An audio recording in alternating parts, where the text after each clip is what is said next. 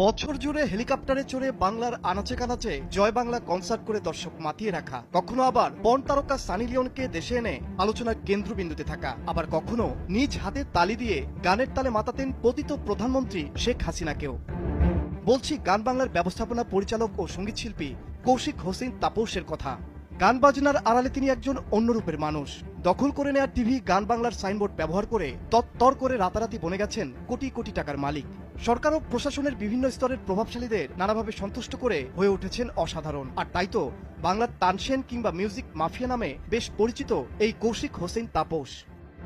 এদিকে নিজের নামে দখল করে নেওয়া গান বাংলার একটি ফ্লোরে খুলে বসেছিলেন এলিট ক্লাসের হেরেমখানা, যেখানে একসময় প্রতিদিন যাওয়া আসা ছিল প্রভাবশালী রাজনীতিবিদ, বিদেশি নারী শিল্পী ও দেশের ছবি জঙ্গনের অনেক তারকাদের।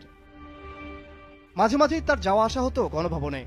20 বছর আগে এটিএন মিউজিকের প্রডিউসার হিসেবে জীবন শুরু করা এই ব্যক্তির বর্তমান সম্পদের